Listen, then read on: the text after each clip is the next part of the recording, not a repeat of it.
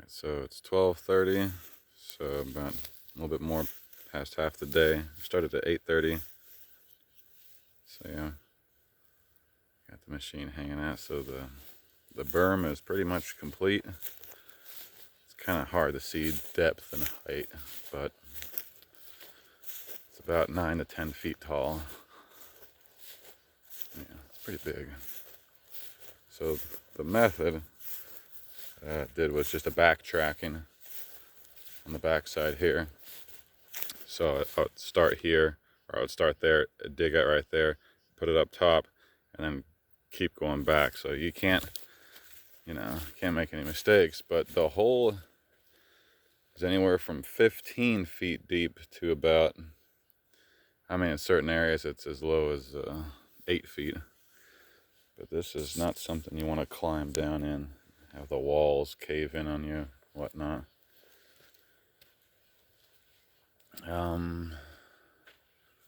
Yeah, so we've got a big hole here.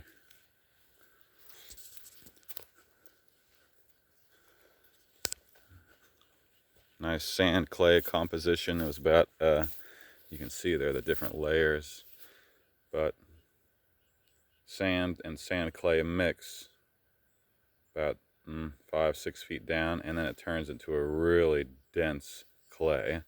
And there's still sand down there as well, but it's just more clay than sand.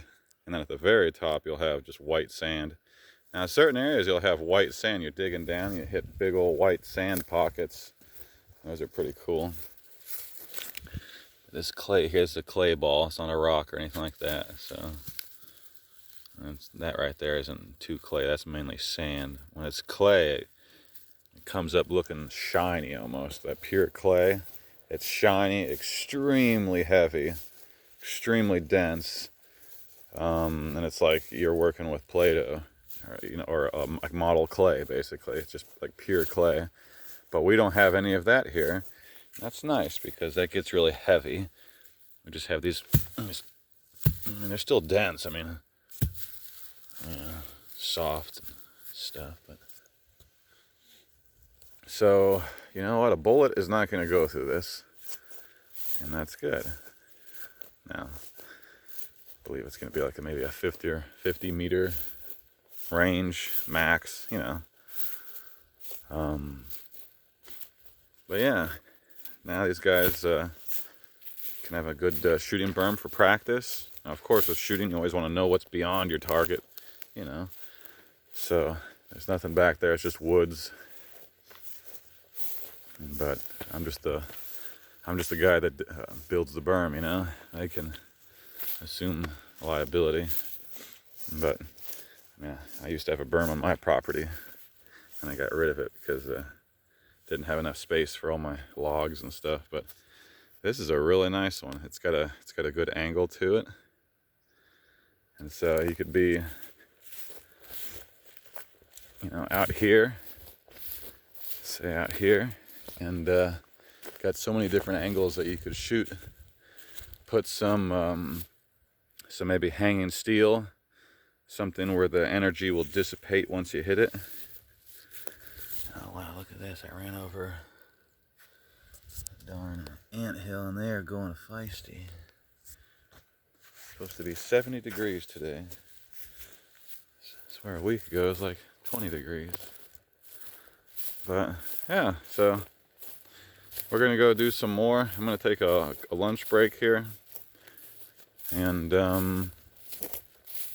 get some more going. I think he's gonna want some more stuff. Maybe another berm, smaller than this, of course. But so I was able to knock this out in about 4 hours with this technique. It requires minimum moving of the excavator. It's just the excavator's on the other side, and I'm just going back, and then in front of me I'm digging and putting up there, back, and then boom, and I turn out, went over there. So it'll compact down good too. It's not just like a sand dune, going to the beach and the sand dunes, you walk up, just all collapses. Now still, you don't want anyone walking up this. You don't want anyone walking up on your berms,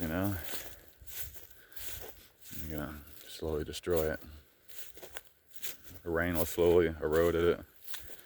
All sorts of factors, you know. So might have to come in every 2 years or so, or just, you know, if they have a tractor, do some maintenance, whatnot. But yeah, so that's that.